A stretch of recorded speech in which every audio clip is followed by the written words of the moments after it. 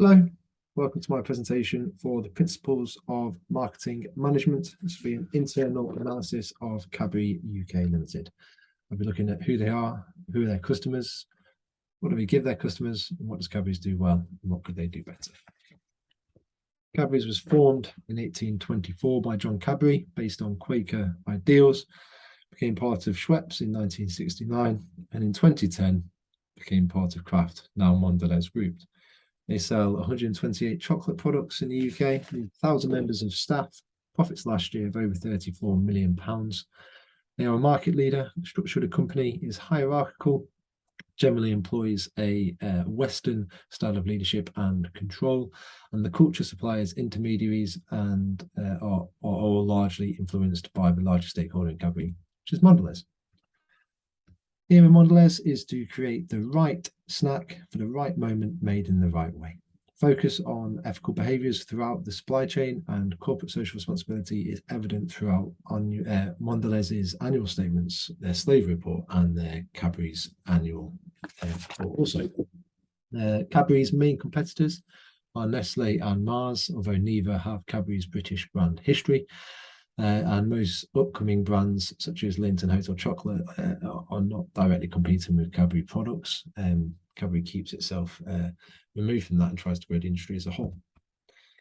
Key points are that Cadbury has done well to create a tribe around its brand. They take trouble at all levels to understand what producers, retailers, and consumers want. And the focus is on the environment and the welfare of suppliers. However, my analysis says that this is sometimes contradictory. For example, the drop of fair trade in favour of Cocoa Life, which is actually cheaper and producers get less money. But on the whole, it appears that Cadbury's strategy is not to compete with rivals, but to grow the whole confectionery industry. Who are Cadbury's customers? Well, everyone loves chocolate. We know from the assignment brief and Google polls that it doesn't matter who you are, whether it doesn't matter on your age, gender, marital status, diet, geographical location. Everyone eats chocolate, and everyone eats chocolate relatively frequently. That's because it is a primary and physiological need. It's a high energy foodstuff. It just happens to be delicious. There's a want. People want premium. They want sugar-free, low-carb, high protein. They want to eat smaller pieces of chocolate more mindfully. Okay, and people want to enjoy it and not feel guilty about it. The government want potentially there to be a sugar tax, and they want the supply chain and climate impact to be reduced. So what do people want? They want natural, ethical, premium. But my analysis says that actually they just want the perception of being ethical and the illusion of being premium, because they don't want to pay through the nose for it. They like it being affordable. Cadbury's is a strong brand.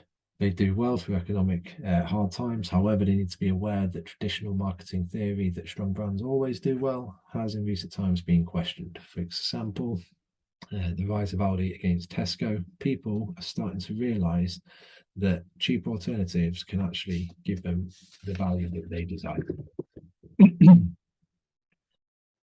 So now we look at Mondelez's idea of the right snack for the right moment, the right way. They want to give something to everybody across the market. So we have to segment their products down.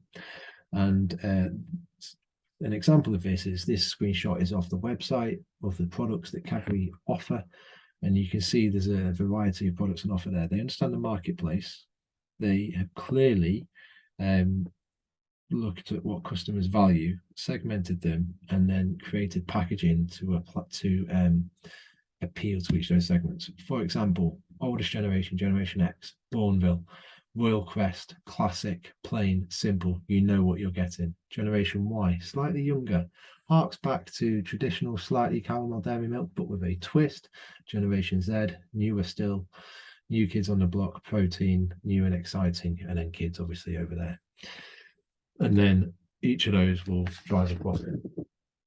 Looking at the products they offer, the actual products themselves, the insides of those wrappers are largely the same. This is a benefit, and this is across the confectionery industry. The actual products are all made up of pretty much the same thing. This means that development of new products is actually pretty cheap. The point about the amount of products that Cadbury's have is the sheer quantity of them gives them an advantage.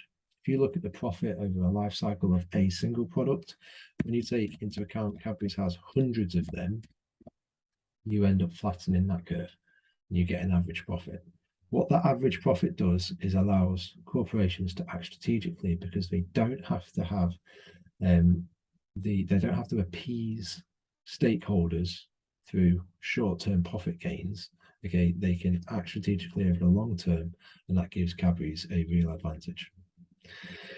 One point I'd like to bring out from my research is that in terms of the supply chain for Cadbury's, there's been a lack of media reporting and a lack of research articles on Cadbury's supply chain that I can access, and the lack of negative evidence of a poor supply chain is in itself evidence that their supply chain must be up to scratch.